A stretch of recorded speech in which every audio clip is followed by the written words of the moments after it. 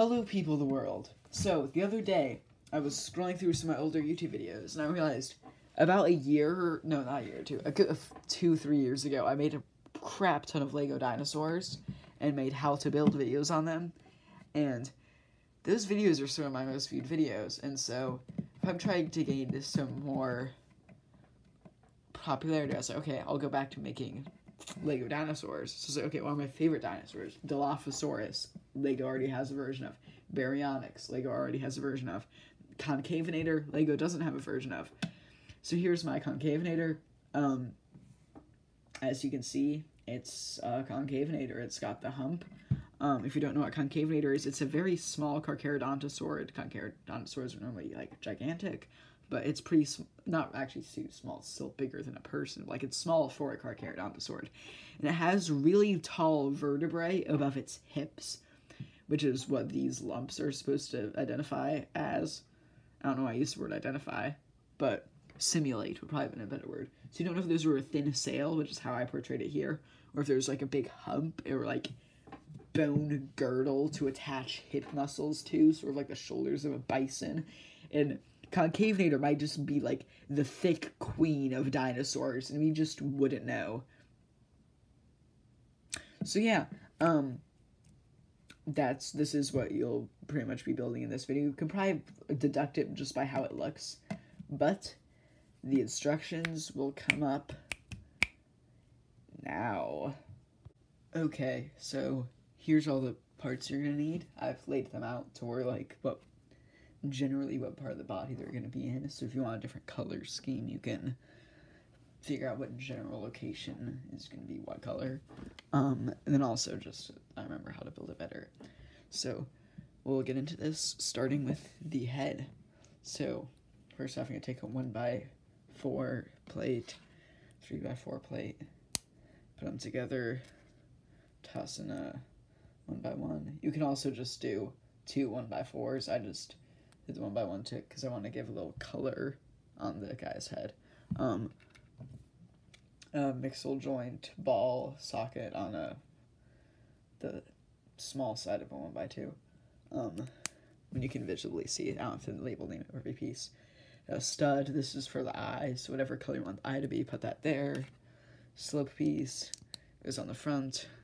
A cheese wedge just behind the eye. There's a little like crest section, and then a 1x1 tile at the back. That's the head. Now, the head itself isn't proportioned greatly for a Concavenator head, but I couldn't think of, like, a better way to design it. So if anyone in the comments can, please share the way you made the head, but it's good enough in my opinion. The neck is pretty simple. You just take I'm not sure the term for this. I mean, it's a mixel joint, but it has both sides, so extender, I guess. So you put a 1x2 on the bottom, 2 1x1s on the top. You could also just put one 1x2 if you want to just keep the color consistent. Attach that. That's the neck. The torso gets a bit complicated. We're gonna start where it connects to the head. So you're gonna want a 1x1 with a socket. 1x6 on top. You could also do this whole thing to be 2 studs wide. I just did it 1 stud wide because I didn't want Concavenator, or I didn't want it to be super wide because of how, like, big the legs are. It would have looked strangely wide, but I don't know, because it's already kind of big for a Concavenator. So if you want to make it too wide, you can, but I stick with the 1, even though it looks emaciated, but whatever. Technic brick underneath. And then on the top, actually, no, we won't go to the top here. We'll continue going underneath. Underneath goes kind of far. Okay, so 1x4, 1x4, and another 1x4. That's a lot of 1x4s. But you can also just do a brick there, but I did this because I wanted to get 2 colors on. Throw 1x3 on the bottom. And a 1x2, along with another 1x2 right there. And then you can put another Technic brick there, along with a 1x4 there. So you can see generally how that's coming across. 1x3 there, and then we'll do the hump at the end. So 1x2 here, and then the socket mixel joint at the end for the tail, or for it to attach to the tail. And then a 1x1 tile here, 1x2. So this part back here is flimsy, but that will be a bit more stable, especially once we add this piece, 1x4 on the bottom. Actually, that doesn't do too much up there, never mind. I just completely zoned out. 1x1 there. And you could do a 1x6. I just did a 1x2 and a 1x4 because I couldn't find 1x6 in the color I wanted. But yeah, so that's the main section of the torso. Now you're probably wondering about the hump sail, big hip girdle, thicky thighs, whatever the heck Concavenator's spinal column was. Well, for that, I'm making a different color. That's why I have the teal pieces for, like, highlights. Like, his Concavenator may have had it colorful to be used as, like, a mating display. I like that. That's how I assume was most realistic for us. Anyways, cheese wedge there on the end of that 1x3. And then right behind that, you put these two clips. And then a slope piece. This might be an illegal connection. I don't think it is. You slot it into place. It's kind of hard to get in there, though. Fuck.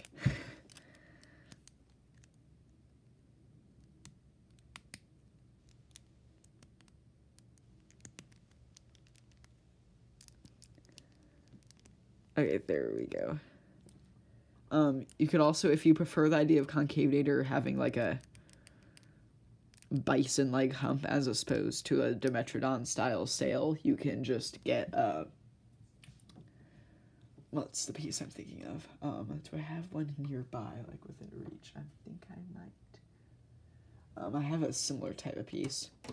You could get one of these, like the taller ones, and just stick it there instead, or I guess the opposite way would make more sense. Let me grab that. Like sticking this there, but get one of the tall ones, it goes up to like there, and then that would, if you want to make it like more hump than sail, you can do that. Oops, I did this backwards, hold on. You need to put this tile underneath, and then put the sail on, and then there you go. And then behind that, 1x1 and a cheese wedge to start the second little bump.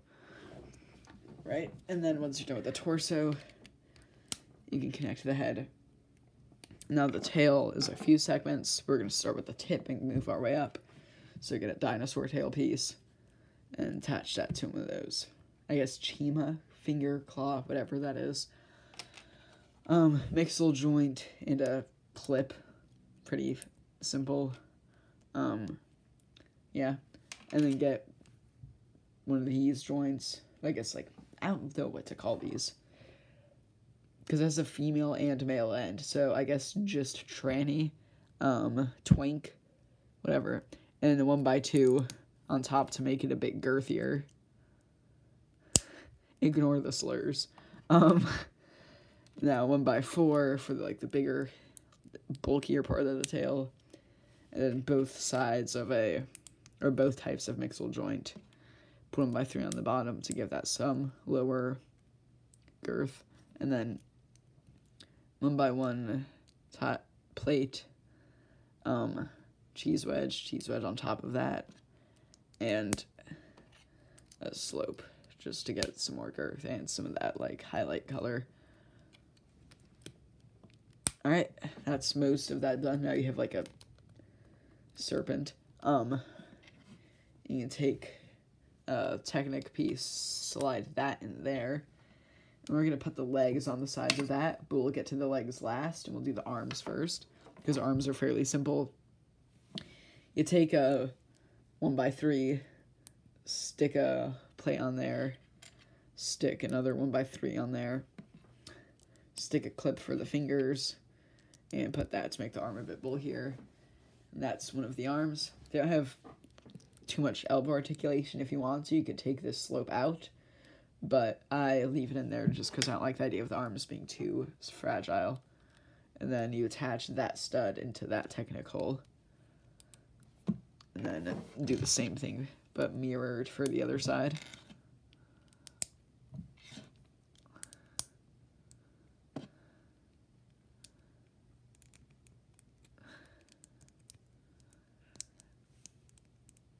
If this will go in, there we go. Go the fuck in. Fuck. That way. There you go. Now you have an arm. God damn it. Now you have 2 arms. Okay, like the legs are pretty interesting. But it's because they have like a snot technique built into the side. So first off, you start with a Technic brick with 2 holes. The reason I do the 2 holes is it offsets it enough that it looks. When I was building it, it just looked better with 1 hole. You can do 1 hole. It makes the hips like kind of bit high, so I did it with the 2-hole piece. Not sure the proper term for this, but another type, whatever type of slope that is, 1x2 on the side. One of these grill pieces there just to round that off a little bit. And then one of these tall 1x1 bricks with 2 studs on it. Stick that there. 1x1 tile. Place that there. So you have this contraption. And then you take a bracket piece, stick it there, and one of these inverted slopes. Throw that on there. Throw a stud, or not stud, 1x1 tile in there. Then you get a angled plate like this. Stick that right there. 1x2 tile, 1x1 brick, and another 1x2 tile to round it off. Now that doesn't look like a full leg, does it? Because that's when we take 1x6 and stick it right there. And then 1x2 with a bar on the end.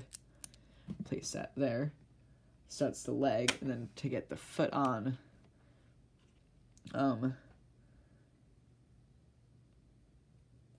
not sure what to define this piece as, so we'll just say this piece, and one of these 1x1 brackets on the side. The reason for the side is it increases the surface area of the bottom of the foot just a little bit to help it to help it gain stability. The inverted slope on the back. 1x1 brick, and a cheese wedge as the toe claw. And you're going to stick that together like so. And the back hole is the one you're going to want to slide that into, so you can get a position sort of like that with the leg. Now the center of gravity is effectively just below these 2 studs, so it's a bit forward. So when you have this built with both legs, you're going to want to put whichever leg is on the heavier side forward more, and it'll be pretty much just straight out like this. Well, as the other leg you can do whatever with. And so, yeah, let us get to the other leg. Same thing as the other one, as the first one, just mirrored. So, 2x2 piece, round edge, 1x2 tile, and a slope, and then bracket,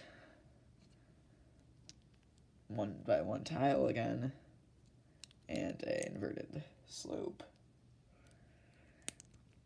And then the 2 studded 1x1 brick, snot brick, 1x1 plate, 1x2 plate, 1x1 brick, and 1x1 plate. Angles plate to increase the hip side. Wait, is this supposed to go? No, yeah, it goes this way. Okay. Well, don't do that. That's not a step. And then 1x6 tile, 1x2 plate. Now for the final foot, copy the same foot as before.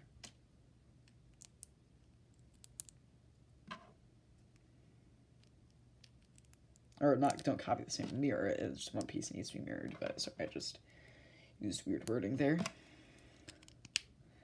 And now you have yourself a very strange little Carcharodontosaurid. If I can slide the camera down his level. Bam. Concavenator. Yep. Alright.